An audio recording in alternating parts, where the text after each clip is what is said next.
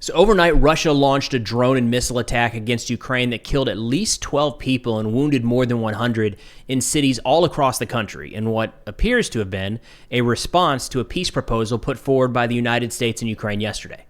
This is Putin's peace, which I guess makes sense because yesterday we heard from a couple Russian government officials that they rejected the plans that were put forward, and some mill bloggers even saying, hey, guys, this is going really well for us right now.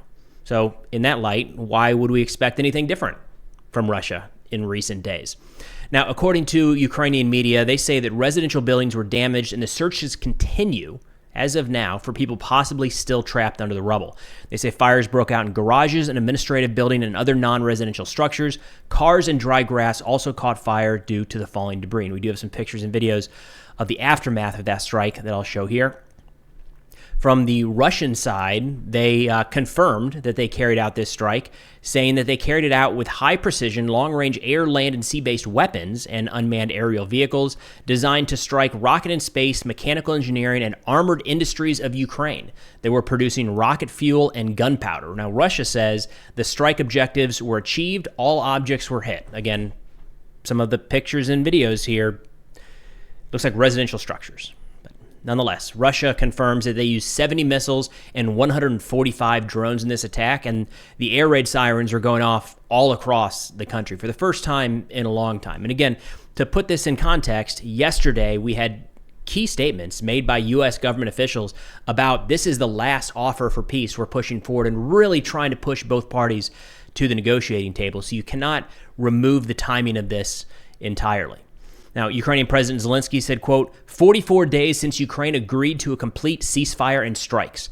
This was a proposal from the United States. 44 days since Russia continues to kill people and avoid tough pressure and accountability for this. It is very important that everyone in the world sees and understands what is really happening. And then the Ukrainian foreign minister called for increased pressure on Russia following this strike last night, saying, quote, yesterday's maximalist demands from Russia for Ukraine to withdraw its troops from its own regions, and more on that in a second, combined with these brutal strikes, show clearly that it is Russia, not Ukraine, that stands in the way of peace. Pressure must be placed on Moscow, not Kyiv. And we made a whole video yesterday, the first video, talking about the peace proposal that was on the table and what the two sides were saying about that. But the entire second video yesterday was showing how senior U.S. officials, from President Trump to Secretary Rubio to General Kellogg to the White House Press Secretary Caroline Leavitt, were saying, you know, if Ukraine would just stop, they're the problem here. We can't get to peace because Zelensky is moving in the wrong way. So that's the context here for those statements. Now, we did start to hear a little bit more pressure on Putin today from the White House. President Trump this morning published a statement saying, quote, I am not happy with the Russian strikes on Kyiv. Not necessary and very bad timing, Vladimir. Stop. 5,000 soldiers in a week are dying. Let's get the peace deal done. In fact, President Trump was asked about this in the Oval Office today, where he said, hey, we are actually putting a lot of pressure on Russia. Let's give that a listen. You have no idea what pressure I'm putting on Russia. We're putting a lot of pressure. Can you maybe tell us what kind of pressure are you putting on Russia? And Russia knows that, and some people that are close to it know, or he wouldn't be talking right now.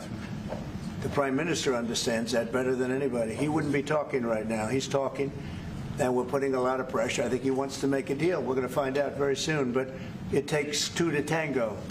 And you have to have Ukraine want to make a deal, too. And they're being hit very hard. And I do believe they want to make a deal. And look, maybe he's talking about the sanctions that already exist or the weapons that we're sending to Ukraine today, or maybe there's just more going on behind the scenes than we normally see. But when it comes to the public messaging, I think it's pretty safe to say at this point, even polling kind of bears this out, most Americans view the current administration as being tougher on Ukraine than on Russia. And in light of an event like last night, with missiles and drones striking Ukrainian civilian infrastructure all across the country, you can see how that would be frustrating for some people. But again, according to Trump, they are adding some pressure to Putin. And he says, President Trump, in another statement today, that he does think both sides are genuine about wanting to reach an end to this war. Let's give that a listen. So we are thinking that very strongly that they both want peace. But they have to get to the table. We're waiting a long time. They have to get them to the table. And I think we're going to get peace. We want to save 5,000 young people. I used to say 2,500. I now say 5,000. we have, Mr. Prime Minister, we have about 5,000 young people a week that are dying in that ridiculous war. And, I started out because I didn't like all the money that we were paying, and then I realized how many people were dying. And that's by far the more important element right now. I'm saying we can save thousands of people. And I don't like that it takes long at all, but I think they both want to make peace. I do believe so. Now, here's the deal. Maybe. It's hard to look at recent events and say, yes, definitely Russia wants to find some way to end this conflict, not just based off of their actions, which is an easy one to look at, but just their words yesterday in response to this ceasefire proposal that was put forward. So this was consolidated and reported by the Institute for the Study of War, where they say Russian Federation Council chairperson Matvienko, apologies in the pronunciation, stated that Russia will, quote, never participate in any negotiations that discuss the possible deployment of European troops to Ukraine, and that such a deployment is unacceptable to Russia. And I just want to, I hear people say, well, that's a negotiating tactic. You draw a hard line and then you kind of ease in from there. I understand, but we're not doing that from the other side. So if you look at the United States, what we've given in some of these negotiations, no NATO membership for Ukraine. There will not be any U.S. troops on the ground, even in a peacekeeping capacity. There's a lot of things that we have given on already rather than holding the line. And what we're seeing from day one, really, is Russia holding the line on some of these demands that we're still kind of hoping they cede on. Then turning over to Kremlin spokesperson Peskov, he said that Russia rejected the full ceasefire that Trump had proposed because the ceasefire failed to meet all of Russia's demands, including that Ukraine cede all of Donetsk, Luhansk, Kherson, and Zaporozhye, all of which Russia has illegally annexed.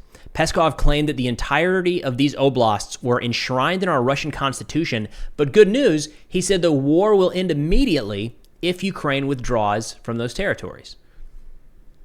So territories that are Ukrainian, and a couple of them, Ukraine still holds a good chunk of that land. It's not like those entire oblasts have fallen to Russian forces. Peskov is saying, guys, the way to a peace deal here is if Ukraine would just stop fighting, stop defending your territory. Things would be so much easier if you just let us have what we want to take. So that was the statement referenced earlier by the foreign minister.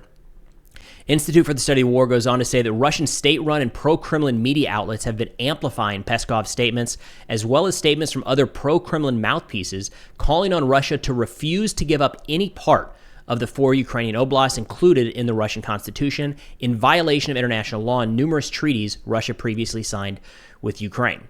And as of right now, the assessment from the Institute for the Study of War that I agree with is they say Russian officials continue to give no indication that the Kremlin is willing to make any concessions of its own.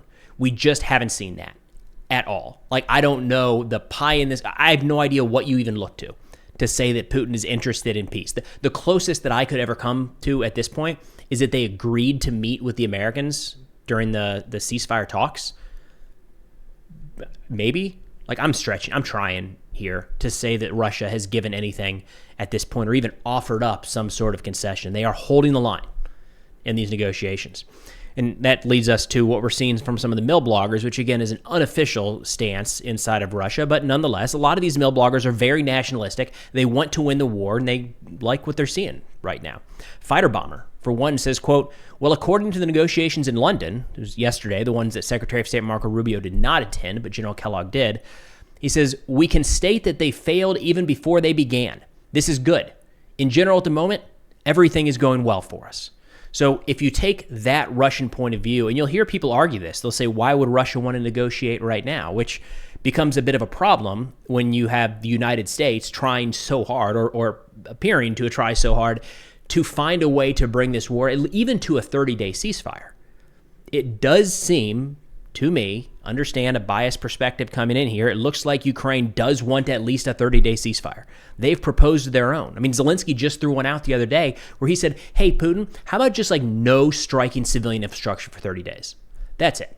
Like no long-range drone and missile attacks against civilian infrastructure. Can we do that? And then, before we actually heard anything back from Putin, we've got drones and missiles striking civilian infrastructure all across the country. So we haven't seen anything like that from Russia, where they just say, how about we just stop for a day? And the argument that you're likely going to hear from a lot of pro-Russian accounts and right here from mill blogger Fighter Bomber is, why would we stop? Everything is going exactly how we would like it to go as of now. So we'll see what the next few days and weeks hold. But that's all I've got for now. Thanks for watching, and I'll see y'all next time.